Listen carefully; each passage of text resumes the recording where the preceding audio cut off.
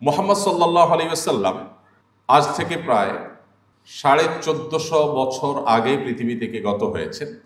প্রায় 1.5 সহস্র বছর আগে একজন মানুষ পৃথিবী থেকে চলে যাওয়ার পরও তিনি পৃথিবীর মানুষের কাছে যতটা প্রাসঙ্গিক, যতটা তার আলোচনা হয়, যতটা তিনি বেঁচে আছেন তার আদর্শের মাধ্যমে, সম্ভবত পৃথিবীতে অন্য কোনো মনীষী আমরা খুঁজে পাব না যে 1500 বছর ধরে সমানভাবে পৃথিবীতে আলোচিত, প্রশংসিত, অনুসৃত এবং প্রাসঙ্গিক আরেকজন মানুষ হয়তো আমরা খুঁজে পাবো না। মুহাম্মদ সাল্লাল্লাহু আলাইহি সাল্লামকে সেজন্য আল্লাহ তাআলা বলেছেন, ওয়ারাফা'না লাকা যিকরাক, হে রাসূল, আপনার আলোচনা, আপনার প্রশংসা, আপনার গুণ, সেগুলোকে আমি সমুন্নত করলাম। এমন সমুন্নত আল্লাহ তাআলা করেছেন, পৃথিবীতে বহু মানুষ এসেছে, কিয়ামত পর্যন্ত আসবে, কোনো মানুষ, এমনকি অন্য কোনো নবী রাসূলদেরকেও আপনি মুহাম্মদ সাল্লাল্লাহু আলাইহি সাল্লামের মতো এত বেশি প্রাসঙ্গিক, এত বেশি পৃথিবীর মানুষের কাছে পরিচিত এবং এত বেশি পৃথিবীর মানুষের কাছে জনপ্রিয়, মানুষের কাছে অনুসরণীয় আরেকজন মানুষ খুঁজে পাওয়া কঠিন হবে। সময়ত ভাইরা, আমরা এখানে যারা আছি আমরা সবাই বয়সের তরুণ। তারুণের জন্য সেই মানব ইতিহাসের সবচাইতে প্রশংসিত, সবচাইতে আলোচিত, সবচাইতে বেশি বরণীয় এবং অনুসরণীয় ব্যক্তিত্ব মুহাম্মদ সাল্লাল্লাহু আলাইহি সাল্লামের জীবন থেকে নেওয়ার অনেক বিষয় আছে। আমরা সেখান থেকে সামান্য কয়েকটি বিষয় হয়তো টাচ করার চেষ্টা করব। সর্বপ্রথম কথা হলো, আমরা এখানে যারা আছি আমরা সবাই জন্মসূত্রে মুসলমান। আমরা সবাই বাবা মা মুসলিম, মুসলিম সোসাইটিতে, মুসলিম ফ্যামিলিতে জন্মগ্রহণ করেছি, বেড়ে উঠেছি, সেই সূত্রে আমরা মুসলমান। আর এটি আমাদের একাধারে সৌভাগ্য এবং দুর্ভাগ্য দুইটাই। সৌভাগ্য এজন্য যে সত্যের পথ অনুসরণ করতে আমাদের, খুঁজে পেতে আমাদের বেগ পেতে হয়নি। আর দুর্ভাগ্য এজন্য যে পৈতৃক সূত্রে যারা ধনী হয় তাদের কাছে ধন সম্পদের মায়া একটু কম থাকে। ঠিক একইভাবে পৈতৃক সূত্রে যারা মুসলমান হয় তাদের কাছে ইসলামের প্রতি মায়াটাও একটু কম থাকে। আপনি আপনার আশপাশে কোনো রিভার্টেড মুসলমান যদি দেখেন, আপনি দেখতে পাবেন সে তার ইসলামটাকে যতটা অনুভব করছে, ইসলামটাকে যতটা ফিল করছে, মুসলমানের সন্তানের ভিতরে সে অনুভব ততটা নেই। আল্লাহ রাব্বুল আলামিন আমাদেরকে সৃষ্টি করেছেন, খুব সীমিত সময় আমরা পৃথিবীতে থাকব, এরপর অনন্তকালের জন্য, যেই জীবনের কোনো শেষ নাই, শুরু আছে, সেই জীবনের জন্য আমাদেরকে চলে যেতে হবে, ফিরে যেতে হবে। মুহাম্মদ সাল্লাল্লাহু আলাইহি সাল্লাম সেই জীবনে আমরা যেন সফল হতে পারি, সার্থক হতে পারি, আমাদের সেই জীবনে যেন জান্নাত লাভ করতে পারি, জাহান্নাম থেকে যেন মুক্তি লাভ করতে পারি, আজীবন তিনি সেই আদর্শের পথে মানুষকে আহ্বান করে গেছেন। বিশেষ করে আমাদের তরুণ সমাজের জন্য মুহাম্মদ সাল্লাল্লাহু আলাইহি সাল্লামের জীবন দর্শন, তার সিরাত, এটাকে পুনর্পাঠ করা নানা কারণে গুরুত্বপূর্ণ। এর ভিতরে এক নম্বর হলো, আমরা জানি প্রত্যেকটা মানুষ স্বভাবগতভাবে, জন্মগতভাবে আমরা অনুসরণ প্রিয়, আমরা অনুসরণ করতে চাই, কাউকে না কাউকে অনুসরণ করতে চাই। নবী করিম সাল্লাল্লাহু আলাইহি সাল্লাম সম্পর্কে একটু আগে যে কোরআন কারীমে আয়াত তেলাওয়াত করা হলো, লাকাদ কানা লাকুম ফি রাসূলিল্লাহি উসওয়াতুন হাসানাহ, আল্লাহ বলেছেন তোমাদের জন্য সবচাইতে উত্তম এবং অনুপম আদর্শ হলেন মুহাম্মদ সাল্লাল্লাহু আলাইহি সাল্লাম, তাকে তোমাদের জন্য মডেল করে পাঠানো হয়েছে। মানুষ কাউকে না কাউকে অনুসরণ করবেই, এটাই মানবীয় প্রকৃতি। মানুষ অনুসরণ প্রিয়, কাউকে না কাউকে দেখে সে চলতে শিখে। আল্লাহ রাব্বুল আলামিন যুগে যুগে নবী রাসূলদেরকে পাঠিয়েছেন মডেল করে, যে সাকসেস হতে চাইলে তাদেরকে অনুসরণ করো। তাদের অনুসরণের বাইরে যত পদ্ধতিতে যাবে, মনে হবে সাকসেস হয়েছ, চূড়ান্ত যোগফল যখন দেখতে পাবে জীবনের শেষ প্রান্তে এসে, তখন তুমি অনুভব করবে যে তুমি আসলে যেটাকে সাকসেস মনে করেছো সেটা তোমার সাকসেস নয়। তরুণরা চ্যালেঞ্জ নিতে চায় এবং তাদের সামনে অনেক চ্যালেঞ্জ থাকে। মুহাম্মদ সাল্লাল্লাহু আলাইহি সাল্লামের অনুসরণ জীবনের সমস্ত চ্যালেঞ্জ উতরে যাওয়ার জন্য সবচেয়ে বড় উজ্জ্বল উদাহরণ আমাদের সামনে। কারণ আমরা জানি মুহাম্মদ সাল্লাল্লাহু আলাইহি ওয়াসাল্লামের জীবনে যত বাধা এসেছে, তার জীবনে যত চ্যালেঞ্জ এসেছে, পৃথিবীর ইতিহাসে অন্য আরেকজন মানুষ আপনি দেখাতে পারবেন না যার জীবনে এত বাধা এসেছে। আমরা একটা কথা বাংলায় বলি, জনম দুঃখী চির দুঃখী। মুহাম্মদ সাল্লাল্লাহু আলাইহি সাল্লাম পৃথিবীর আলো দেখবার আগেই তার মমতাময়ী, তার স্নেহময় বাবাকে হারিয়েছেন। পৃথিবীর আলো দেখবার আগে, মাতৃগর্ভে থাকতেই বাবা দুনিয়া থেকে চলে গেছেন, মারা গেছেন। পৃথিবীর আলো দেখার পরপরই মায়ের দুধ খেয়ে এখনো শেষ করতে পারেননি, এর মধ্যেই তার মারও মৃত্যু হয়েছে। মা বাবা দুজনকে হারিয়েছেন যখন তিনি দুধের শিশু। এরপর তার জীবনে সবচেয়ে বড় অভিভাবকের জায়গাটা যখন দাদা আব্দুল মুত্তালিব তিনি সামলাচ্ছিলেন, ঠিক কৈশোরে থাকতেই সেই দাদা আব্দুল মুত্তালিবের ছায়াও তার কাছ থেকে সরে গেল, তিনিও মারা গেলেন।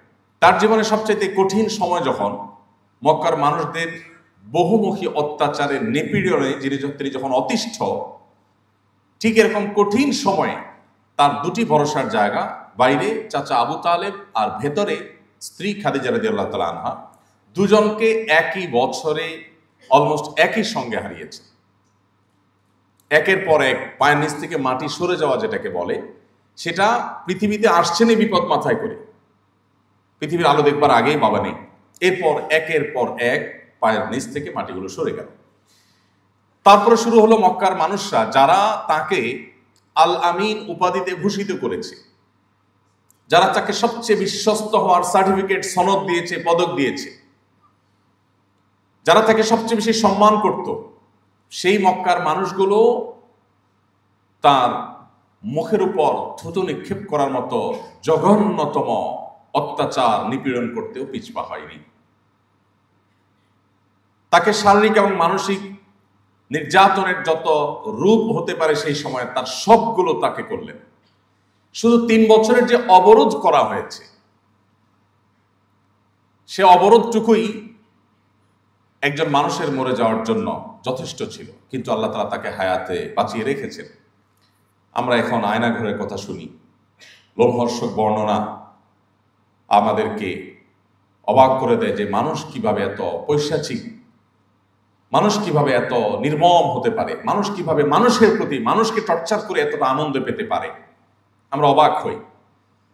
মুহাম্মদ সাল্লাল্লাহু আলাইহি সাল্লামকে মক্কার মুশরিকরা 3 বছরের জন্য অবরোধ করেছিলেন, তাকে এবং তার সকল অনুসারীদেরকে। এটা 2025 সালের অবরোধ না, যে অবরোধ চলাকালেও মানুষ নিজের জীবন কোনোভাবে বাঁচিয়ে রাখতে পারে, ধারণ করতে পারে।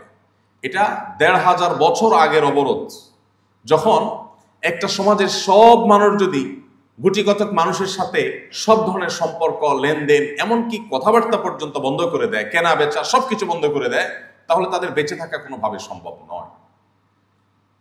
সেই রকম একটা সমাজে নবী করিম সাল্লাল্লাহু আলাইহি সাল্লামের জীবনে দীর্ঘ সময়ের অবরোধে তিনি সাহাবীদের নিয়ে মানবেতর জীবন যাপন করেছেন। সাহাবায়ে কেরাম একটা সময় এসে গাছের পাতা, কোন বর্ণনাকারীরা বলছেন যে কোনো পশু পাখির ছাল চামড়া শুকিয়ে গেলে গাছের পাতা, এগুলো খেয়ে তারা জীবন ধারণ করেছেন, কারণ কোনো খাবার ছিল না, তাদের কাছে কেউ কোনো খাবার বিক্রি করতো না। আর মক্কা সাধারণত খাদ্যশস্য অনেক বেশি উৎপাদন হতো না, মদিনায় হতো, বাইরে থেকে আমদানির উপর অনেকটা নির্ভর করতে হতো। তো এরকম একটা সমাজে কেউ বিক্রিও করতো না, কেউ কিনতও না, কোথাও ভ্রমণে যাবে কেউ সাথে নিত না, কেউ সঙ্গ দিত না। সেই সমাজ বাস্তবতায় এভাবে একটা মানুষ বেঁচে থাকা কঠিন। নবী সাল্লাল্লাহু আলাইহি সাল্লাম সেই সময়টা পার করলেন। এরপর তিনি মক্কায় থাকতে চেয়েছেন, কিন্তু না, তাকে মক্কায় থাকতে দেওয়া হলো না। হিজরত, তার জীবনে আরেকটি অধ্যায় আসলো, তাকে মাতৃভূমি ত্যাগ করে চলে যেতে হলো মদিনায়। মদিনা মানুষজন খুব উৎসাহ উদ্দীপনার সাথে তাকে ওয়েলকাম করলেন, যে চলে আসুন আপনি, আপনাকে আমরা বরণ করে নেব। মক্কার এই নরাধমেরা আপনাকে নির্যাতন নিষ্পেষণ করেছে, কিন্তু আমরা আপনাকে আশ্রয় দিব, আমাদের জীবন দিয়ে আমরা আপনাকে রক্ষা করব। তারা ওয়েলকাম করলো, কিন্তু না।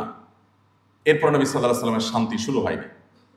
একের পর এক বদর, উহুদ, খন্দক, তাবুক, একটার পর একটা যুদ্ধ, আগ্রাসন, একের পর এক আক্রমণ, ষড়যন্ত্র তার উপরে চাপিয়ে দেওয়া হলো। জীবনে এমন একটি রাতও পাওয়া মনে হয় কঠিন হবে, যে রাত নবী করিম সাল্লাল্লাহু আলাইহি সাল্লাম দুশ্চিন্তা মুক্ত ভাবে তিনি ঘুমোতে পেরেছেন। এরপর তার যে আর্থিক সঙ্গতি সেটা বা অন্যান্য দিক আছে, সেগুলো আমরা আলোচনা নাই করলাম। জীবনে এত চ্যালেঞ্জ মোকাবেলা করে, এত চ্যালেঞ্জের বাধা ঠেলে ঠেলে, এত চ্যালেঞ্জের ওয়াল ঠেলে ঠেলে সামনে অগ্রসর হওয়া তো দূরের কথা, বেঁচে থাকায় যেখানে দায়, সেখানে মাত্র 10 বছর সময় পেয়েছেন মদিনায়, মাত্র 10 বছর। 10 বছরে মুহাম্মদ সাল্লাল্লাহু আলাইহি সাল্লামের আদর্শকে তখনকার পৃথিবীর সবচাইতে শক্তিশালী আদর্শ হিসাবে প্রতিষ্ঠা করে তারপর তিনি চিরতরে চোখ বন্ধ করেছেন। তাহলে আজকের তারুণ্য যদি চ্যালেঞ্জ মোকাবেলা শিখতে চায়, আজকের তারুণ্য যদি তার প্রতিটি পদে পদে যে সমস্ত চ্যালেঞ্জগুলো আসবে, বাধাগুলো আসবে, একটা একটা করে ডিঙিয়ে এসে যদি সামনে অগ্রসর হতে চায়, তাহলে তাকে মুহাম্মদ সাল্লাল্লাহু আলাইহি সাল্লামকে পাঠ করতে হবে। তাহলে তাকে মুহাম্মদ সাল্লাল্লাহু আলাইহি সাল্লামের সিরাত অধ্যয়ন করতে হবে। কিভাবে একজন মানুষ সাফল্যের চরম শিখরে পৌঁছতে পারে, পৃথিবীর ইতিহাসে মুহাম্মদ সাল্লাল্লাহু আলাইহি সাল্লামের চাইতে উজ্জ্বল এবং উৎকৃষ্ট আরেকটি উদাহরণ আপনার খুঁজে পাওয়া কঠিন হবে। সময়ত ভাইরা, এই জন্যই তারুণ্যের জন্য নবী করিম সাল্লাল্লাহু আলাইহি সাল্লামের যে সমস্ত অবদান আছে তম থেকে একটা হলো যে তিনি আমাদেরকে জীবনে চ্যালেঞ্জ এবং বাধা উতরাবার পথ শিখিয়ে গেছেন হাতে ধরে। আপনি অবাক হবেন যদি আপনি সিরাত পাঠ করেন, যে কোনো একটা সিরাত গ্রন্থ আপনি শুরু থেকে শেষ পর্যন্ত পাঠ করেন, এমনকি অমুসলিমদের লেখা সিরাত গ্রন্থ যদি আপনি পাঠ করেন, আপনি অবাক হবেন যার জীবনে এত বাধা, এত শত্রুতা, এত ষড়যন্ত্র, প্রতিটা পদে পদে ভেতরের শত্রু বাহিরের শত্রু। মদিনা যখন আসলেন, ইহুদিদের সাথে করলেন ঐতিহাসিক শান্তি চুক্তি। ঐতিহাসিক মদিনা একসাথে বসবাস করবে, তারা তাদের ধর্ম অনুসরণ করবে, মুহাম্মদ সাল্লাল্লাহু আলাইহি ওয়াসাল্লাম অনুসারীরা তাদের ধর্ম অনুসরণ করবে, শান্তিপূর্ণভাবে মদিনার সমাজে বসবাস করবে। চুক্তি হলো, কয়দিন পরে শুরু হলো তাদের ষড়যন্ত্র এবং শয়তানি। চুক্তি ভঙ্গ করে তারা গোপনে গোপনে আতাত করে করে মুসলমানদের শত্রুদের সাথে হাত মেলাতে শুরু করলো। এরপরে আবার মুসলমান সেজে ঘাপটি বেড়ে মুসলমানদের মধ্যে মুনাফিকরা ঢুকে পড়লো। একদিকে মক্কার মুশরিকদের শত্রুতা, অপরদিকে মদিনার ভেতরের, একদিকে ইহুদিদের শত্রুতা, অপরদিকে মুনাফিকদের শত্রুতা। এত মুখী চ্যালেঞ্জ মোকাবেলা। এরপর আবার অর্থনৈতিক চ্যালেঞ্জ। মদিনা যে ফসলের উপর নির্ভর হতো, সে ফসল উৎপাদন করা। আবার মক্কা থেকে এই যে হাজার হাজার সাহাবী যারা হিজরত করে এসেছেন, আজকের যুগে যারা আসে যাদেরকে রিফিউজি বলে, যদিও তারা রিফিউজি আজকে রিফিউজির মতো ছিলেন না, মুহাজির সাহাবীরা যারা মক্কা থেকে হিজরত করে আসলেন, তাদের অর্থনৈতিক মুক্তির ব্যাপার আছে। তাদের কিচ্ছু সাথে আনেন নাই, শুধুমাত্র এক কাপড়ে অনেকটা সবাইকে চলে আসতে হয়েছে। এই এক কাপড়ে চলে আসা হাজার হাজার মানুষ, সেই 1450 বছর আগের পৃথিবীতে আমরা ফিরে যাই, আজকের পৃথিবীতে রিফিউজিদেরকে ওয়েলকাম করার জন্য, তাদেরকে আশ্রয় দেওয়ার জন্য হাজারটা উপায় আছে। কিন্তু সেই 1450 বছর আগে, 1450 বছর আগে মক্কা থেকে আসা মুহাজির সাহাবীদের সবার অর্থনৈতিক মুক্তি নিশ্চিত করলেন, এবং তারা কেউ মদিনাবাসীর উপরে বোঝা হলেন না। একবার একজন মুহাজির, একজন আনসারী সাহাবী কোথাও কোনো কুয়া থেকে, কোনো কূপ থেকে পানি নিতে গিয়ে দুজনের মধ্যে বাদানুবাদ হলো। বাদানুবাদ হওয়ার পর একজন, ধরুন মুহাজির সাহাবী, আনসার সাহাবী মদিনা যিনি আছেন, মদিনাবাসী, তিনি তার সমগোত্রীয় লোকদেরকে ডেকে বললেন, হে আমার সমগোত্রের লোকেরা, জলদি আসো, এই লোক আমার সাথে এই করেছে। অর্থাৎ একটা যুদ্ধ, একটা সংঘর্ষ, একটা নিজেদের মধ্যে মারামারির একটা আহ্বান। নবী করিম সাল্লাল্লাহু আলাইহি ওয়াসাল্লামের কানে আওয়াজটা আসলে তিনি বললেন, মালি, কি হলো আমার? আমি শুনতে পাচ্ছি তোমাদের মুখ থেকে যে আহ্বান, এটা হলো জাহিলি যুগের, বর্বর যুগের আহ্বান, যে নিজেদের মধ্যে কিছু হলে সমগোত্রীয় লোকদেরকে ডেকে এনে গোত্রে গোত্রে মারামারি হবে। দাউহা ফাইন্নাহা মুনতিনা, এটাকে ছুঁড়ে ফেলে দাও, নিজেদের মধ্যে ভেদাভেদের কোনো আওয়াজ আমি শুনতে চাই না, এটা দুর্গন্ধযুক্ত, এটাকে নিক্ষেপ করে ফেলে দাও। এমন ঐক্যের প্রাচীর তিনি তৈরি করেছেন। আউস এবং খাজরাজ, আপনি যদি একেবারে মদিনার ইতিহাসের প্রাইমারি লেভেলের পড়াশোনাও আপনার থাকে, আপনি আউস খাজরাজের নাম অবশ্যই জানবেন। এবং খাজরাজ উভয় গোত্রের মধ্যে শত্রুতা যুগ যুগ ধরে চলে আসছে, বলা যায় শতাব্দী ধরে যেটা ধারণ করছে। বাবা মারা যাওয়ার সময়, আউস এবং খাজরাজ দুটি গোত্র, এক গোত্রের বাবা মারা যাওয়ার সময় ছেলেকে ওসিয়ত করে যেতেন, বাবা, খাজরাজ গোত্রের লোকদের বিরুদ্ধে যুদ্ধ আমি করেছি সারা জীবন, হয়তো রণাঙ্গনে মারা যাচ্ছে যুদ্ধ করতে করতেই। সন্তানকে ওসিয়ত করে যেতেন যে বাবা আমি তো পারলাম না যুদ্ধটা শেষ করতে, ওসিয়ত করে যাই তুমি যুদ্ধটা চালায় যাও। এদের বিরুদ্ধে যুদ্ধটা চালায় যাও। ওই ছেলে আবার বড় হয়ে সে আবার তার ছেলেকে সেম ওসিয়ত করতো। এরকম দুটি গোত্রকে নবী করিম সাল্লাল্লাহু আলাইহি সাল্লামের বলিষ্ঠ নেতৃত্ব, তার লিডারশিপের কারণে তিনি তাদেরকে এক প্লেটে বসে খাইয়েছেন, সকল ভেদাভেদ মাটির সাথে ধুলোর সাথে মিশে একাকার করে দিয়েছেন। আল্লাহ কোরআনে সেই কথা বলেছেন, তোমরা স্মরণ করো সেই সময়ের কথা, ইয কুনতুম আ'দা ফাআল্লাফা বাইনা কুলুবিকুম, তোমরা যখন পরস্পর শত্রুতায় মত্ত ছিলে, তখন তোমাদের সেই শত্রুতা দূর করে তোমাদের মধ্যে ঐক্য, সম্প্রীতি, ভালোবাসা, সৌহার্দ্যের এক উজ্জ্বল উদাহরণ সৃষ্টি করেছিলেন মুহাম্মদ সাল্লাল্লাহু আলাইহি সাল্লাম। সেই কথা তোমরা স্মরণ করো। প্রিয় ভাইরা, কেন মুহাম্মদ সাল্লাল্লাহু আলাইহি সাল্লাম 2025-এর পৃথিবীতেও প্রাসঙ্গিক এবং আজ থেকে আরো 2000 বছর পরও যদি পৃথিবীতে মানুষ থাকে তিনি প্রাসঙ্গিক থাকবেন? তার কারণ আপনার জীবনে বাধা যেখানে আসবে, চ্যালেঞ্জ যেখানে আসবে, সেখানে আপনি মুহাম্মদ সাল্লাল্লাহু আলাইহি সাল্লামের জীবনেতে আপনার করণীয় আপনি খুঁজে পাবেন। আল্লাহ সেই কথাই বলেছেন, লাকাদ কানা লাকুম ফি রাসূলিল্লাহি উসওয়াতুন হাসানাহ। আজ আমরা বাংলাদেশে মানুষ হিসাবে আমরা যে সমস্ত সংকট, যে সমস্ত সমস্যার মুখোমুখি, আপনি প্রতিটি সমস্যা, প্রতিটি সংকটকে মুহাম্মদ সাল্লাল্লাহু আলাইহি সাল্লামের আদর্শের কোষ্ঠী পাথর দিয়ে আপনি সমাধানের পথ আপনি আবিষ্কার করতে পারবেন, খুঁজতে পারবেন।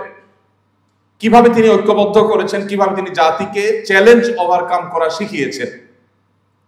আমি যে কথাটি বলতে গিয়ে অন্যদিক চলে আসছিলাম, সেখানে আবার ফিরে যাচ্ছি। নবী সাল্লাল্লাহু আলাইহি সাল্লাম তার সিরাত যদি আপনি পাঠ করেন, আপনি দেখবেন এত বাধা যার জীবনে।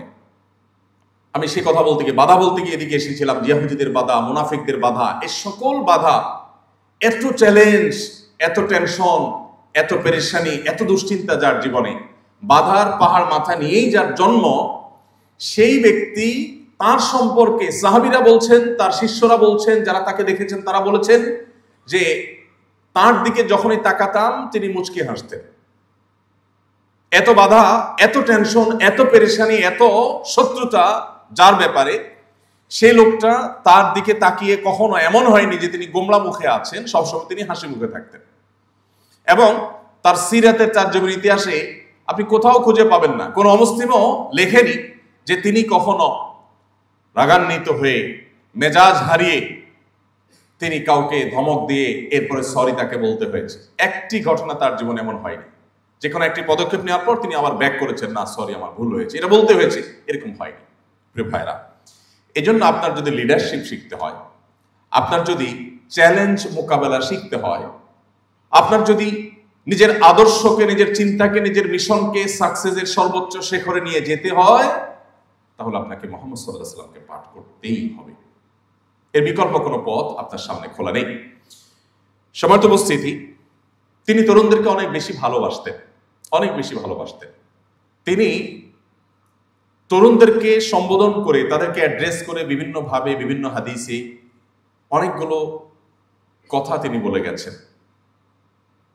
তিনি কখনো কখনো বলেছেন, ইয়া মাশারাশ শাবাব, হে তরুণ সম্প্রদায়। আলাদা করে কিশোরদেরকে কিংবা বৃদ্ধদেরকে কিংবা অন্য বয়সের মানুষকে নবী করিম সাল্লাল্লাহু আলাইহি ওয়াসাল্লাম কখনো অ্যাড্রেস করে কিছু বলেছেন এরকম কোনো হাদিস আমরা পাই না। তিনি শুধুমাত্র এক শ্রেণীর, এক বয়সের মানুষকেই অ্যাড্রেস করে করে বিভিন্ন গুরুত্বপূর্ণ বক্তব্য দিয়েছেন, বার্তা দিয়েছেন, তাদেরকে নসিহা করেছেন। আর সেই শ্রেণীটা হলো তরুণ শ্রেণী, যুবকরা, যারা যৌবনে আছে, তাদেরকে নবী সাল্লাল্লাহু আলাইহি ওয়াসাল্লাম এত বেশি ভালোবাসতেন, এত বেশি গুরুত্বপূর্ণ মনে করতেন যে তাদেরকে তিনি নসিহা করতেন। তার যে সভাসদ ছিল, তার যে পরামর্শক পরিষদ ছিল, সাহাবীদের মধ্যে তার কাছের সাহাবী যারা ছিলেন, তাদের মধ্যে আবু বকর, ওমর রাদিয়াল্লাহু তাআলার মতো সিনিয়র মানুষ যেমন ছিলেন, আলী, আব্দুল্লাহ ইবনে আব্বাস, আব্দুল্লাহ ইবনে মাসউদ এবং আবু হুরায়রা রাদিয়াল্লাহু তাআলা আনহু সহ টকবগে তরুণ সাহাবীদেরও ঠাসা অংশগ্রহণ তার মজলিসে ছিল। তিনি তরুণদেরকে এত বেশি মহব্বত করতেন, এত বেশি ভালোবাসতেন যে তরুণদের জীবনের লক্ষ্য পানে তারা যেন অগ্রসর হয়ে যেতে পারে, তারা যেন সাকসেস হতে পারে, সফল হতে পারে, সেজন্য তাদেরকে অনেকগুলো নসিহা করেছেন। আমি সেখান থেকে একটি পয়েন্টে শুধুমাত্র কথা বলে আমার বক্তব্য শেষ করবো ইনশাআল্লাহ। তার আগে, কেন সিরাত পাঠ আমাদের জন্য গুরুত্বপূর্ণ, কেন আপনি এমনকি অমুসলিম যদি হয়ে থাকেন কেউ এখানে, তারপরও আপনাকে কেন মুহাম্মদ সাল্লাল্লাহু আলাইহি ওয়াসাল্লামকে জানতে হবে, কেন তাকে পাঠ করতে হবে, আমি সে বিষয়ে আরেকটু কথা বলতে চাই। আজ আমরা আমাদের মধ্যে যে সমস্ত দৈন্যতা খুঁজে পাই, এর মধ্যে আমি শুরুতে যে পয়েন্টটা বলছিলাম যে আমাদের বেশিরভাগ মানুষের জীবনের লক্ষ্য কি আমরা জানি না। কোন একজন অস্ট্রেলীয় একজন বিজ্ঞানী, সম্ভবত তার নামটা আমার মনে নেই, এই ভদ্রলোকের একটি উক্তি আমি কোথাও পড়েছিলাম। তিনি বলেছিলেন যে আমি পৃথিবীতে কেন এসেছি বা আমার কেন জন্ম হয়েছে পৃথিবীতে আমি জানি না, তবে এইটুকু নিশ্চিত যে আমি একটু ভালো খেলাম, পড়লাম, এরপর আমার জীবনটাকে শেষ করে দিলাম, এটা আমার জীবনের লক্ষ্য হতে পারে না, অসম্ভব। তো আমরা বেশিরভাগ মানুষ যারা নিজেদেরকে মুসলমান দাবি করছি অথবা মুসলমানের সন্তান হিসাবে হয়তো আমরা গর্বিত বটে, আমরাও বেশিরভাগ মানুষ আমাদের জীবন আজ অনেকটা লক্ষ্যহীন। মুহাম্মদ সাল্লাল্লাহু আলাইহি সাল্লাম আমাদের জীবনে লক্ষ্য খুঁজে পেতে আমাদেরকে সাহায্য করেছেন, যেটি সেই নিউজিল্যান্ডের নিউ মুসলিম তরুণ, মাত্র 19 বছর বয়স ছেলেটি, সে আমাকে যেটি বলেছে, ঠিক একই কথা আমার কাছে মনে হয় যে এখন আমাদের সহস্র তরুণের অন্তরের কথা, যে আমাদের জীবনের লক্ষ্য কি আমরা বেশিরভাগ মানুষ জানি না। আল্লাহ তাআলা কোরআনে বলেছেন, ওয়া মা খালাকতুল জিন্না ওয়াল ইনসা ইল্লা লিয়াবুদুন। মুহাম্মদ সাল্লাল্লাহু আলাইহি সাল্লাম আমাদের জীবনের লক্ষ্য কি সেটা আমাদের খুঁজে পেতে সাহায্য করেছে, এবং সেজন্যই তাকে আমাদের পাঠ করতে হবে, তাকে আমাদের অধ্যয়ন করতে হবে, তাকে আমাদের জানতে হবে। তাহলে আমরা সমৃদ্ধ হব, আমাদের জীবন সমৃদ্ধ হবে, আমরা এগিয়ে যাবো ইনশাআল্লাহ। সম্মানিত উপস্থিতি, মুহাম্মদ সাল্লাল্লাহু আলাইহি সাল্লাম তরুণদেরকে যে সমস্ত গাইডলাইন দিয়েছেন সেটা অনেক দীর্ঘ। আমি একটা পয়েন্টে শুধু কিছু কথা বলে শেষ করব। মুহাম্মদ সাল্লাল্লাহু আলাইহি সাল্লাম তরুণদেরকে তাদের জীবনে চরিত্রের হেফাজত এবং সংরক্ষণ করবার ব্যাপারে বিশেষভাবে গুরুত্ব আরোপ করেছেন। তিনি যে 2-3টি সম্বোধন বা 2-3টি অ্যাড্রেস করেছেন তরুণদেরকে উদ্দেশ্য করে, তার একটি ছিল এই রিলেটেড। তিনি বলেছেন, ইয়া মা'আশারাশ শাবাব, হে তরুণ সম্প্রদায়েরা, মান ইসতাতাআ মিনকুমুল বাআতা ফালইয়াতাযাওয়াজ, তোমাদের কেউ বিবাহ করবার সামর্থ্য যদি সে অর্জন করে ফেলে তাহলে আর বিলম্ব না করে সে যেন বিবাহ করে ফেলে। ওমান লাম ইয়াস্তাতি, যে ব্যক্তি সেটা করতে না পারে, ফাআলাইহি বিসসাওম, সে যেন রোজা রাখে। কেন? তার নিজেকে নিয়ন্ত্রণ করবার জন্য। আজ আমাদের সামনে গোটা পৃথিবীতে ভোগবাদ এটা এমন ভাবে আষ্টে পৃষ্ঠে আমাদেরকে বেঁধে ফেলেছে যে আমাদের জীবনের লক্ষ্য যেন ভোগ ছাড়ার কিছু নেই। মুহাম্মদ সাল্লাল্লাহু আলাইহি সাল্লামের পুরো জীবন অ্যানালাইসিস করলে আপনি তার জিস্ট খুঁজে পাবেন যে তিনি আমাদেরকে আসলে ত্যাগের শিক্ষা দিয়েছেন এবং ত্যাগের জন্য উদ্বুদ্ধ করেছেন, বিশেষ করে তরুণদেরকে। আপনারা ইসলাম বিশ্ববিদ্যালয় কুষ্টিয়ার প্রফেসর ডক্টর খন্দকার আব্দুল্লাহ জাহাঙ্গীর ভাইয়ের নাম হয়তো শুনে থাকবেন। অনেক বছর আগে তিনি রোড অ্যাক্সিডেন্টে মারা গেছেন। ডক্টর আব্দুল্লাহ জাহাঙ্গীর রহমাহুল্লাহ একটি কথা বলতেন, সেই কথাটি হলো, তিনি বলতেন যে যেই জিনিসটা সৃষ্টিগতভাবে, জন্মগতভাবে, মূলগতভাবে যে জিনিসটা প্রমোটেড, সেটাকে যদি আরো প্রমোশন করা হয় তাহলে সেটা দুর্ঘটনায় পড়া নিশ্চিত। যে জিনিসটা আগে থেকে প্রমোটেড বা সৃষ্টিগতভাবে প্রমোটেড, সেটাকে প্রমোট আর করতে হয় না, ওইটাকে কন্ট্রোল করতে হয়। আর ইসলাম এই কন্ট্রোলের কথাই বলেছে। গোটা পৃথিবী দেখবেন যে সব ক্ষেত্রে দেখবেন তরুণদেরকে ভোগের কথা বলে, সবাইকে ভোগের কথা বলে, কেউ কন্ট্রোল করার কথা বলে না। ইসলাম আপনাকে কন্ট্রোল করার কথা বলবে। মুহাম্মদ সাল্লাল্লাহু আলাইহি সাল্লাম আপনাকে কন্ট্রোল করার কথা বলেছেন, যে আপনি নিজেকে নিয়ন্ত্রণ কিভাবে করবেন, নিয়ন্ত্রণ কেন করবেন, সেই জিনিসটা তিনি বুঝিয়েছেন এবং সারা জীবন তিনি এটার প্রতি আহ্বান করেছেন। একটা গাড়ি 80 কিংবা 100 স্পিডে এমনি চলছে, এটা প্রমোটেড, এমনি গতি সম্পন্ন। তাকে যদি পেছন থেকে আবার ধাক্কা দেওয়া হয় অথবা সামনে থেকে কোনো কিছু দিয়ে জোরে টান দেওয়া হয় তাহলে এই গাড়ি অ্যাক্সিডেন্ট করবে নিশ্চিত। একটা প্রচন্ড গতিসম্পন্ন গাড়ির গতিকে নিয়ন্ত্রণ করতে হয়, এটাকে ধাক্কা দিতে হয় না। আল্লাহ রাব্বুল আলামিন সৃষ্টিগতভাবে আমাদের প্রত্যেককে এমন ভাবে তৈরি করেছেন যে একটা বয়সের নির্দিষ্ট সীমায় পৌঁছার পর আমাদের শরীরে যৌন আকাঙ্ক্ষা জাগ্রত হবে, এটা দিয়েই আল্লাহ তাআলা সৃষ্টি করেছেন। সো সৃষ্টিগতভাবে একটা সময় যৌন আকাঙ্ক্ষার তাড়না এটা মানুষকে তাড়াবে, অন্যান্য প্রাণীকে তাড়াবে, এটাই স্বাভাবিক, আল্লাহ এভাবেই সৃষ্টি করেছে। তাহলে সৃষ্টিগতভাবে যে জিনিসটা প্রমোটেড, এই জিনিসটাকে ইসলাম বলে, মুহাম্মদ সাল্লাল্লাহু আলাইহি সাল্লাম বলেন, এটাকে তোমাকে এখন কন্ট্রোল করতে হবে। যদি কন্ট্রোল করতে না পারো তাহলে দুর্ঘটনা, তাহলে অনাকাঙ্ক্ষিত অনভিপ্রেত বিষয় আশয় ঘটবে এবং যেটা তুমি প্রত্যাশা করবে না।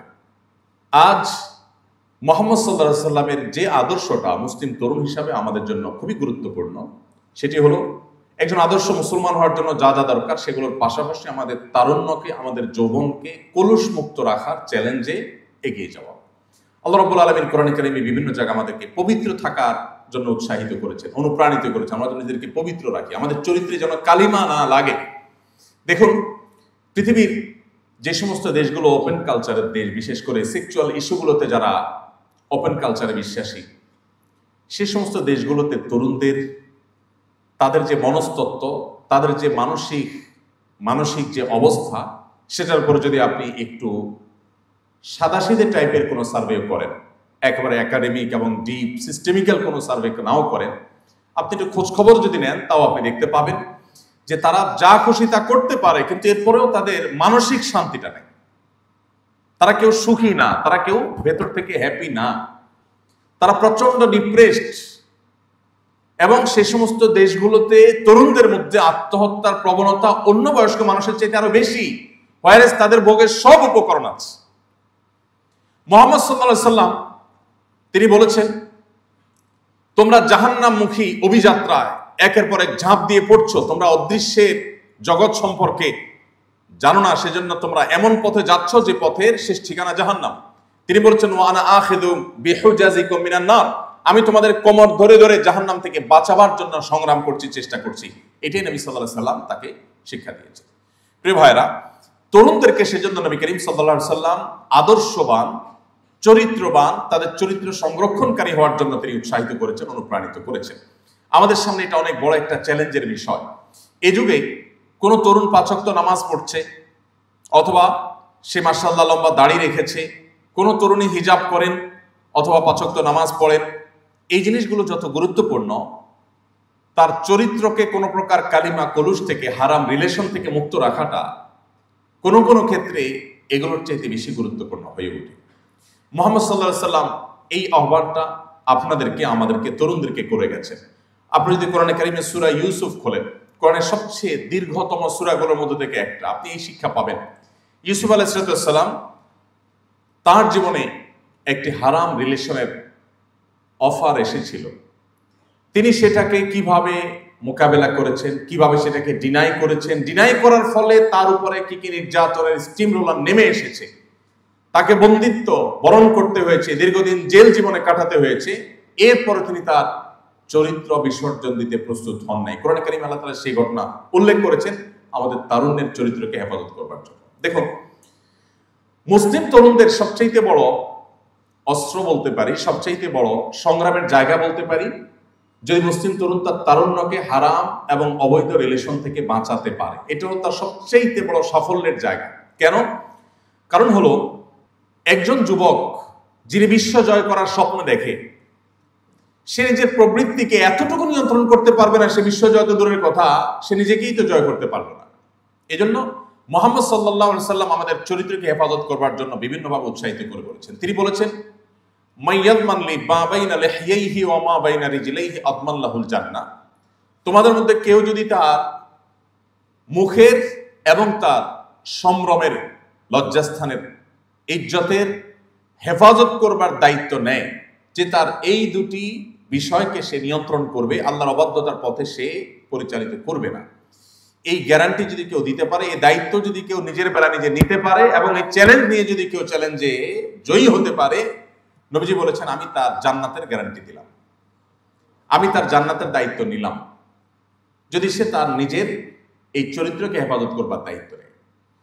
প্রিয় ভাইরা, পশ্চিমা যে কালচার বা সংস্কৃতি, এটা আমাদের দেশকে এমনভাবে গ্রাস করে ফেলেছে যে আজকাল এই সমস্ত কালচারগুলো আমাদের কাছে এতটাই ডালভাত হয়ে গেছে যে আজ থেকে 2 দশক 3 দশক আগে আমাদের দেশে প্রথম বিয়ে করার পর নতুন স্বামী স্ত্রী নিজেদের স্বামী স্ত্রী হিসাবে পরিচয় দিতে যতটুকু হেজিটেশন ফিল করত, লাজুকতা অনুভব করত, এখন নিজের জেনার সঙ্গী, হারাম রিলেশনের সঙ্গী, একজন ব্যভিচার কর্মের সঙ্গীকে পরিচয় দিতে এতটুকু কুণ্ঠা এখন তরুণরা বোধ করে না। আমরা সেরকম একটা সমাজ বাস্তবতা এখন আছে। এই জিনিসটা এমনিতে হয় না, এটা উইথ প্ল্যান। এর জন্য অনেক বড় প্ল্যান, অনেক বড় ডিজাইন করা হয়েছে, কোটি কোটি মিলিয়ন মিলিয়ন টাকা বা ডলার এর পিছনে খরচ করা হয়েছে। মুসলিম তরুণদের যে ধার, মুসলিম তরুণদের যে ঝাঁজ, মুসলিম তরুণদের যে শক্তি, মুসলিম তরুণদের যে উচ্ছলতা, সেটাকে ধ্বংস করে ভোঁতা করে দেওয়ার জন্য। আপনি মুসলমান, আপনি আপনার তারুণ্যকে, যৌবনকে যদি হারাম রিলেশন থেকে বাঁচাবার সংগ্রামে জয়ী হন, সবাই হারাম রিলেশনের সাথে জড়িয়ে থাকলেও আপনি থাকেন না, আপনি নিজেকে বাঁচিয়ে রেখেছেন, তাহলে আপনি সবচেয়ে আদর্শবাদী মুসলমানদের একজন, সবচেয়ে আদর্শবাদী মুসলমানদের একজন। প্রিয় ভাইরা আমার, এই চ্যালেঞ্জটা, এটা আমাদের মোকাবেলা করা শিখতে হবে। আমি একটি কথা বিনয়ের সাথে আপনাদেরকে বলতে চাই, আপনারা বিশ্ববিদ্যালয়ের শিক্ষার্থী, আমার শ্রদ্ধেয় শিক্ষকবৃন্দ এখানে আছেন অনেকেই। আমি বলতে চাই, পশ্চিমাদের কাছ থেকে আমাদের নেওয়ার অনেক কিছু আছে। পশ্চিমাদের কাছ থেকে আমরা জ্ঞানে, বিজ্ঞানে, তথ্য প্রযুক্তিতে, অবকাঠামোতে, উন্নয়নে, প্রশিক্ষণে, অনেক কিছুতে আমরা পিছিয়ে আছি। ডেফিনেটলি এই সমস্ত বিষয়গুলো তাদের কাছ থেকে আমাদের নেওয়ার আছে, সো আমরা সেগুলো তাদের কাছ থেকে নেব। কিন্তু আমরা যদি তথ্য প্রযুক্তিতে, জ্ঞানে, বিজ্ঞানে তাদের চাইতে 100 বছর পিছিয়ে থাকি, তাহলে পারিবারিক বন্ধনে, দাম্পত্য সুখে আমরা তাদের চাইতে 200 বছর এগিয়ে আছি। আপনি পৃথিবীর সমস্ত উন্নত দেশে একটু চোখ মেললে দেখতে পাবেন যে আমাদের এখানে, আমি শুধু মুসলমানদের কথা বলছি না, আমি আমাদের সাবকন্টিনেন্টের কথা, আরো স্পেসিফিক করে আমাদের বাংলাদেশের কথা যদি বলি, তো আমাদের এই অঞ্চলে আপনি মুসলমান, হিন্দু, খ্রিস্টান, বৌদ্ধ, আমাদের এখানে সামাজিক যে সংস্কৃতি, আমাদের যে সামাজিক সৌন্দর্য, এই সামাজিক সংস্কৃতিতে আপনি দেখবেন স্বামী স্ত্রী পরস্পরকে যতটা ভালোবাসেন, স্বামী স্ত্রীর মধ্যে বোঝাপড়া যতটা ভালো, উন্নত দেশগুলোতে এটা কল্পনাও করা যায় না। আমি মাসখানেক আগে একটি উন্নত দেশে একজন বাংলাদেশি, যিনি বুয়েটিয়ান, ফজর নামাজ পড়ে তার বাসার সামনে গেলাম, তো পাশে একজন বৃদ্ধ মানুষ, যিনি খ্রিস্টান, ওই দেশের নাগরিক। তো তার সাথে পরিচয় হলো, আমাদের বাংলাদেশি সেই ভাইয়ের নেইবর, তার প্রতিবেশী, আমাকে পরিচয় করায় দিলেন।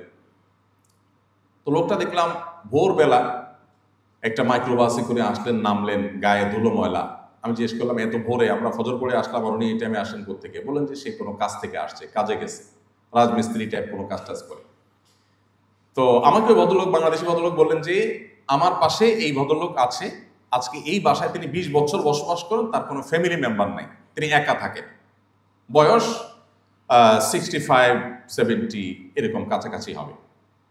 এরকম একজন বৃদ্ধ মানুষ, তিনি বসবাস করছেন একা একা, তার বাসায় কোনো মানুষজন নেই, নিজে রান্না বাড়া করেন, নিজে কাজ করেন, নিজে খান, পরেন। তো আমাকে ওই বাংলাদেশি ভাই বললেন যে এই যে লোকটা একাকী থাকে, তার বাসায় একটা রাইফেল আছে, লাইসেন্সওয়ালা, আমি সবসময় ভয়ে থাকি কখন সে আত্মহত্যা করে, এবং তাকে আমি প্রায় সময় পাহারা দিই, এবং তাকে বলি, খবরদার, তুমি কিন্তু একজন খ্রিস্টান, তুমি গডে বিশ্বাস করো, সো তুমি কিন্তু আত্মহত্যা করতে পারো না, ইত্যাদি আমি তাকে সবসময় বোঝানোর চেষ্টা করি। তো আমি কৌতূহলী হয়ে জিজ্ঞেস করলাম, আচ্ছা, লোকটার ফ্যামিলি কোনো সদস্য নাই, একা একা বুড়ো মানুষ, 20 বছর এখানে এভাবে, এটা কিভাবে সম্ভব? আমাদের বাংলাদেশে এটা তো কল্পনাও করা যাবে না। মুসলমান তো বটেই, হিন্দু, খ্রিস্টান, বৌদ্ধ, বাংলাদেশে আমরা যারাই বসবাস করি, আমাদের এখানকার কালচার এটা তো কল্পনাও করা যায় না যে একজন বৃদ্ধ মানুষ একা একা 20 বছর একটা করে কাটায়, এবং 60-65-70 বছর বয়সে রাজমিস্ত্রি কাজ করে এসে ভোরবেলা এসে সে রান্না বাড়া করে তারপর খাওয়া দাওয়া করবে, এটা আমরা চিন্তাও করতে পারি না। বলেন তো কাহিনী কি? তখন আমাকে সে ভদ্রলোক বললেন যে তারা তো আসলে পরিবার ব্যবস্থাপনা তাদের এমনটাই ভেঙে পড়েছে যে কেউ কারোর সাথে থাকবে, এটা তাদের জন্য অলমোস্ট অসম্ভবের মতো। কেন আরেকজনের সাথে থাকবে? সে স্বাধীন, বিয়ে করবে, বিয়ে করলে সে ফেঁসে যাবে, কারণ যদি বিচ্ছেদ হয়, বিয়ে যদি 3 বছর লাস্টিং হয়, বিচ্ছেদ হয়ে গেলে, এটা প্রায় বেশিরভাগ উন্নত দেশেরই আইন একরকমই, যে সম্পদের অর্ধেক তাকে দিয়ে দিতে হবে। তো বাবা এত কষ্ট করে তার সম্পদের অর্ধেক দিয়ে লাভ কি? আর বোঝাপড়া তো কারোর সাথে কারোর বোঝাপড়া নেই, এত বেশি স্বাধীন তারা যে স্ত্রীরও কয়েকটা করে বয়ফ্রেন্ড আছে, আর ওই পুরুষ লোকটারও কয়েকটা করে, স্ত্রীরও কয়েকটা করে বয়ফ্রেন্ড আছে, আর স্বামী লোকটারও কয়েকটা করে গার্লফ্রেন্ড আছে। কিচ্ছু বলার নাই, স্বাধীন। দেখুন, গোটা পৃথিবী আপনাকে বলবে তুমি একজনের সাথে রিলেশনে আছো, বৈবাহিক সম্পর্ক হোক আর হারাম সম্পর্ক হোক, একজনের সাথে তুমি সম্পর্কে আছো, এই অবস্থায় তুমি আরেকজনের সাথে সম্পর্ক করতে পারো না। সব সমাজ এটাকে খারাপ ভাবে দেখে। কেন খারাপভাবে দেখে পড়েন? কি যুক্তি আছে? একজন মানুষ তো স্বাধীন, তিনি কারোর সাথে রিলেশনে আছেন, স্বামী বা স্ত্রী, অথবা অবৈধ বিবাহ বহির্ভূত সম্পর্ক আছে, একই সময়ে তিনি অন্য আরেকজনের সাথে যদি সম্পর্ক রাখেন তলে তলে, এটাকে পৃথিবীর সব সমাজ খারাপ মনে করে, অপরাধ মনে করে। কেন? কারণ মনে করা হয় যে তাহলে জীবন সঙ্গী বা যার সাথে এখন তিনি আছেন তার সে সঙ্গী বা সঙ্গিনীর সাথে প্রতারণা করা হয়, এই জন্য, তাই না? ইসলাম এর চাইতে আরো এক কাঠি এগিয়ে। কিভাবে? ইসলাম বলে তোমার জীবনে যে জীবন সঙ্গী বা সঙ্গিনী আসবেন, কাউকে আল্লাহ তোমার জন্য লিখে রেখেছেন, তোমার তাকদীরে আছে, তিনি যেই হন না কেন, তার জন্য তোমার পুরো যৌবনকে, প্রতিটা দিন, প্রতিটা রাত, প্রতিটি ঘন্টা, তোমার প্রতিটি সেশনকে পাহারা দিয়ে দিয়ে তার জন্য তুমি তোমার নিজেকে সেভ করতে হবে। যদি না করো তাহলে তোমার জীবনে অনাগত জীবন সঙ্গী বা সঙ্গিনীর সাথে তুমি প্রতারণা করলে, কারণ তুমি তার আগে কাউকে তথাকথিত ভালোবাসা আদান প্রদানের নাটক অভিনয় করলা, আর যথাসময়ে তোমার জীবন সঙ্গী যে আসলো, সঙ্গিনী যে আসলো, তার সাথে তুমি নাটক অভিনয় করলা, তাহলে দিন শেষে তুমি প্রতারণা করলা। পৃথিবীর মানুষ যেটাকে প্রতারণা মনে করে, ইসলাম সেটাকে আরো এক কদম আগ বেড়ে প্রতারণা সাব্যস্ত করে এবং সেটাকে আমাদের জন্য নিষেধ করে।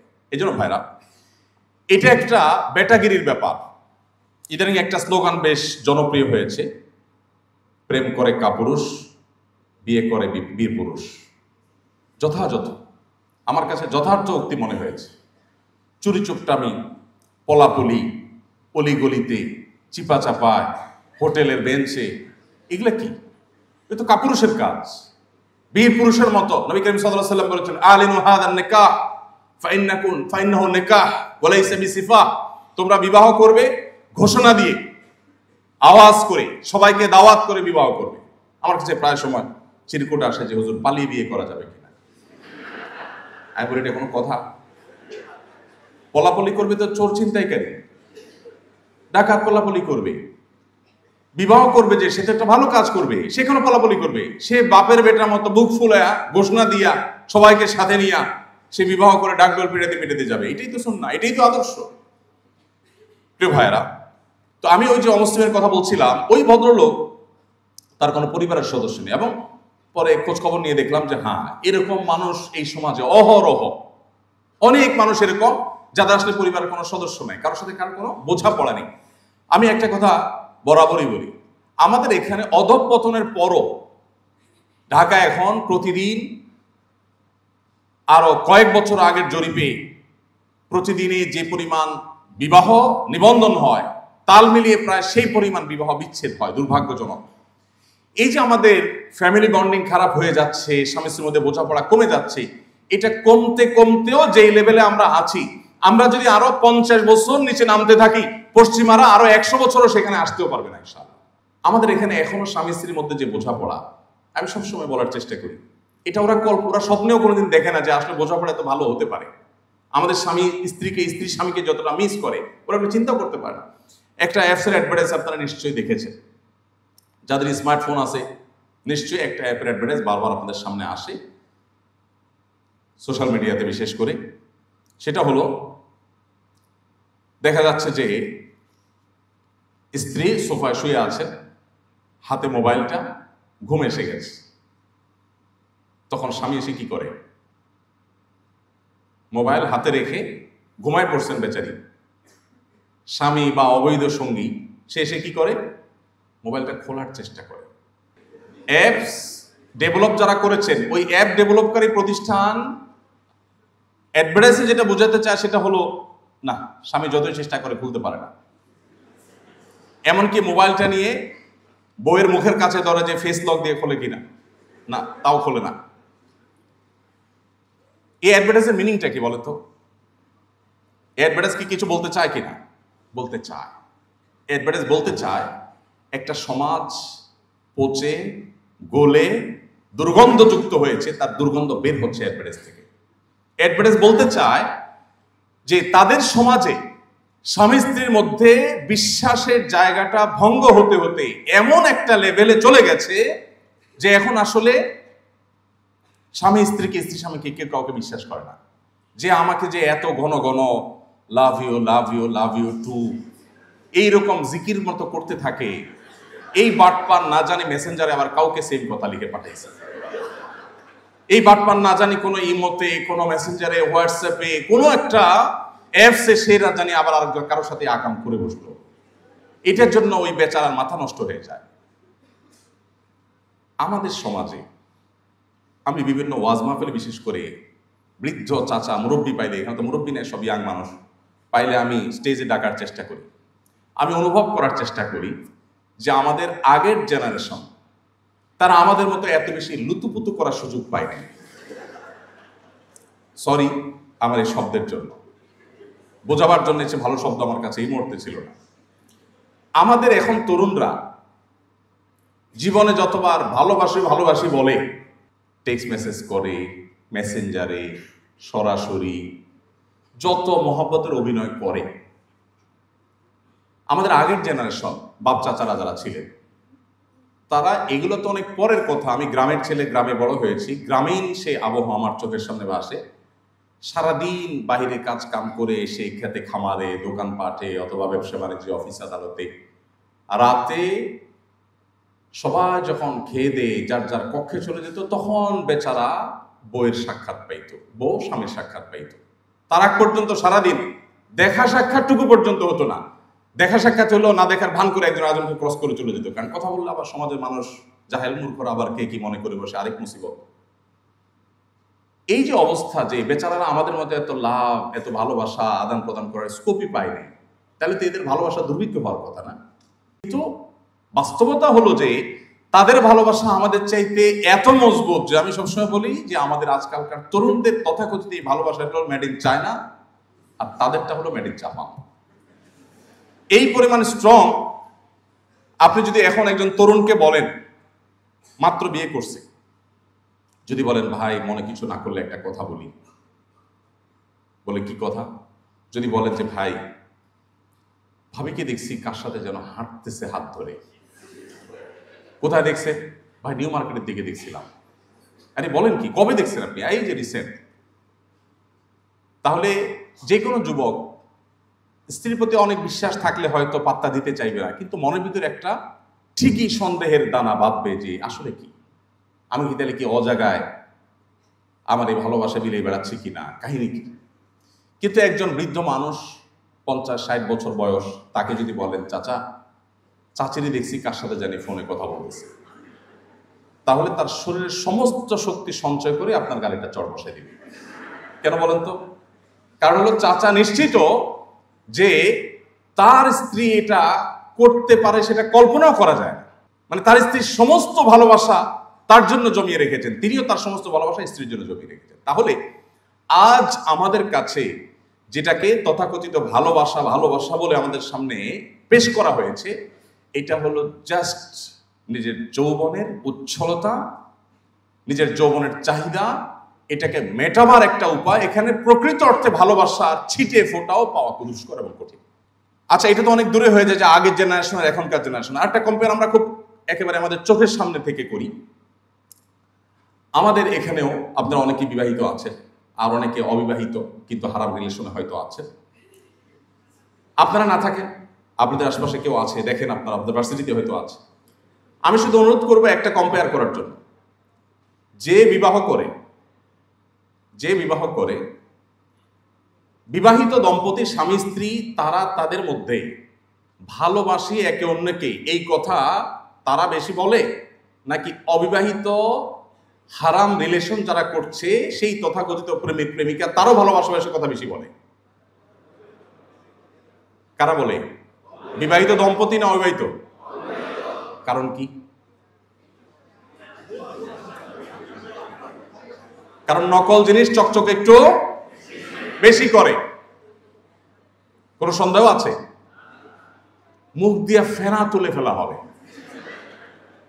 ভালোবাসি বলতে বলতে বলতে বলতে মানে মনে হয় যে সে ফিদা হয়ে যাবে, অথচ 6 মাস বা 1 বছর যাইতে গিয়ে দেখা যায় ব্রেকআপ, আরেকজন হাত ধরে চলে গেছে। কোথায় চলে গেল এত সব ভালোবাসাবাসি?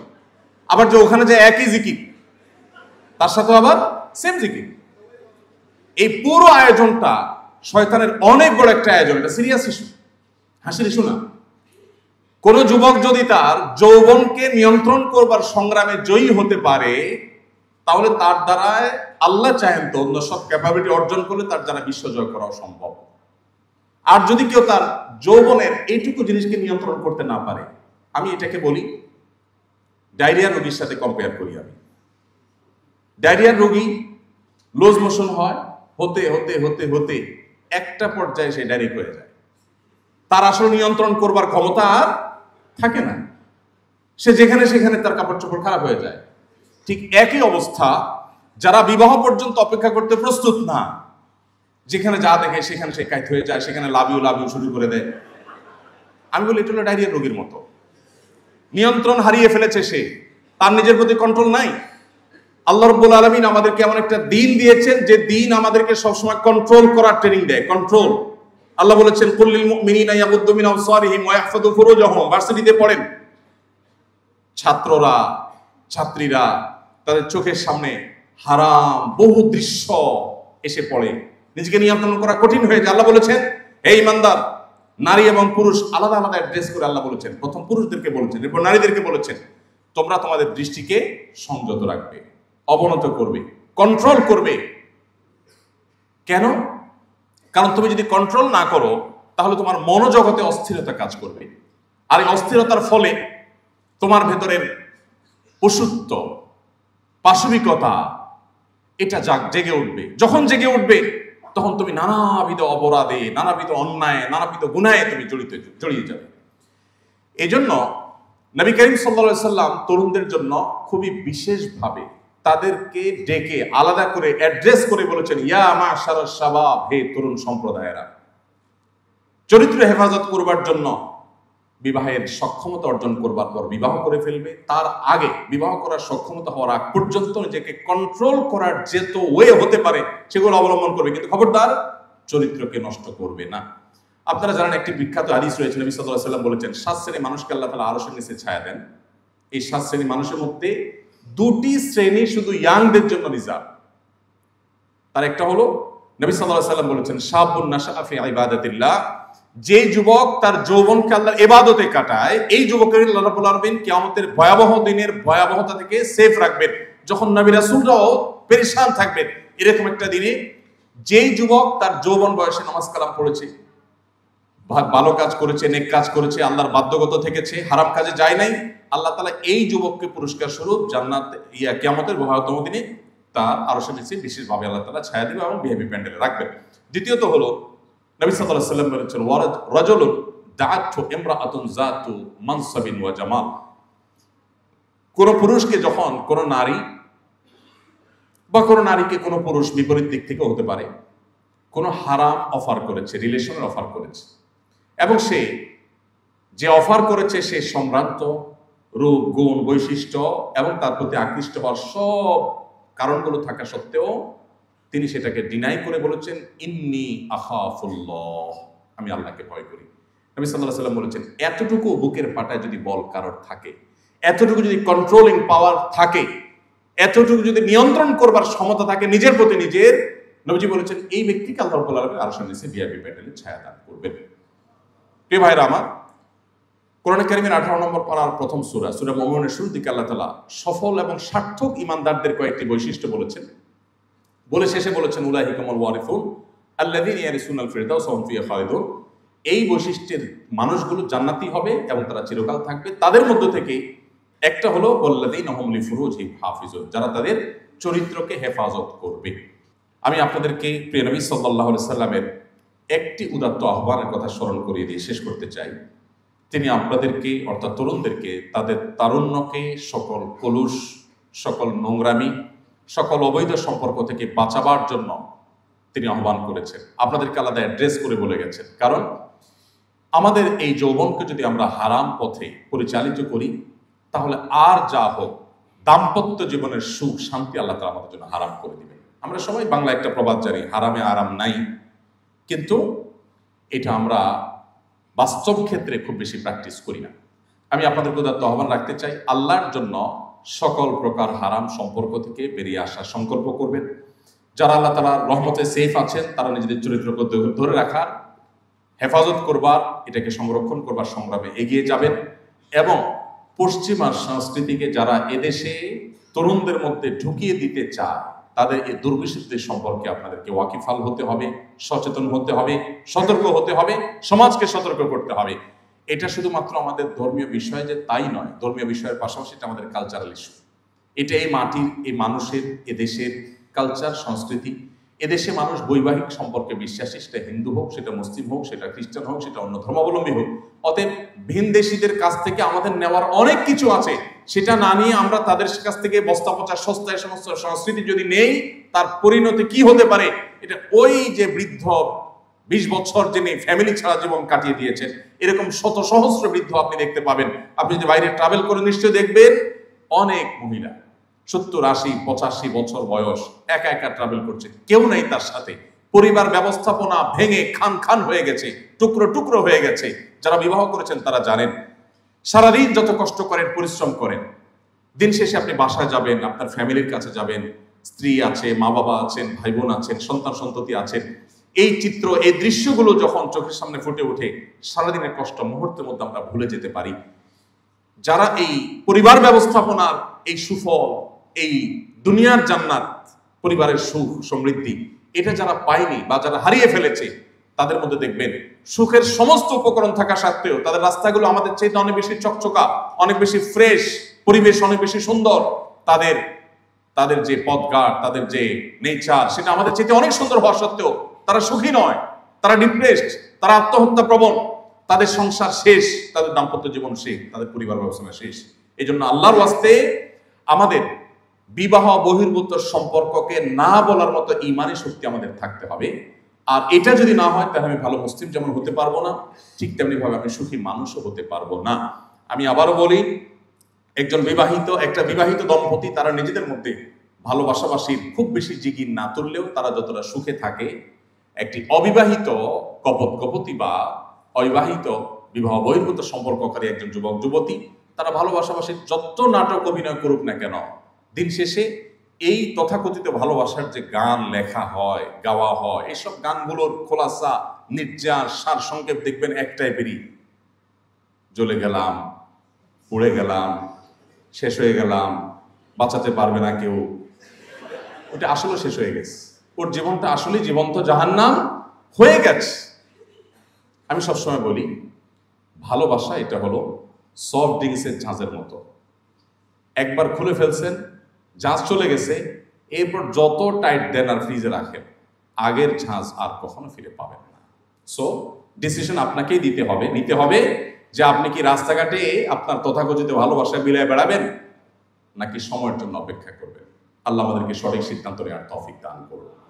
আমরা যদি পরিবার ব্যবস্থাপনাকে স্ট্রং করতে চাই, আমরা যদি সুখী পরিবার চাই, আমরা যদি সুখী সমাজ চাই, আমরা যদি সুন্দর সমাজ চাই, আমাদের সুস্থ সমাজ চাই, তাহলে আমাদেরকে আমাদের চরিত্রকে কলুষমুক্ত রাখার সংগ্রামে জয়ী হতে হবে। বিকল্প কোনো পথ আমাদের সামনে খোলা নেই।